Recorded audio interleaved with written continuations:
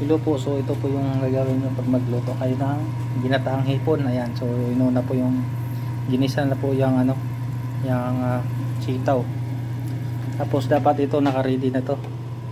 Hipon at saka alimango, at saka alimasag. Kung anong gusto nyo, pwede. Tsaka dapat naka-ready na rin to. Kalabasa at saka ito, kalabasa din na ibang variety.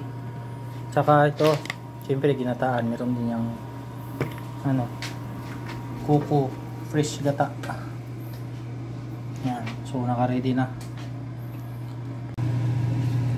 So ayan, ilagay na natin yung kalabasa guys.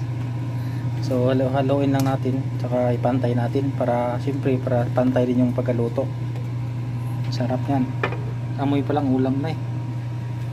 Yan, hintayin lang natin ito na kumulo. Ayan guys, so ilagay na natin tong gata kasi luto na yung kalabasa.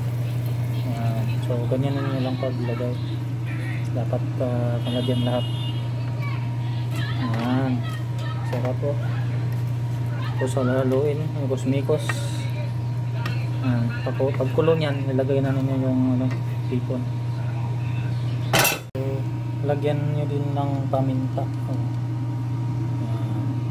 So pwede nyo na siyang timplahan kung gusto nyo, kasi yung ano na yung ilagay dyan panghuli yung hipon. Yan o, nilagay na natin yung alimango, alimasag at saka yung hipon. Yan, yan, ang daming hipon, sarap po.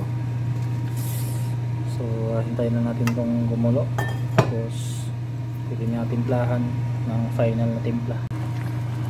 So ayun guys, tapos natin ito na lagyan ng asin. Ito na lang yung last, may timpla na yan eh, kunding paminta. Yan, pwede na yan. So luto na yan, ready to serve na yan guys.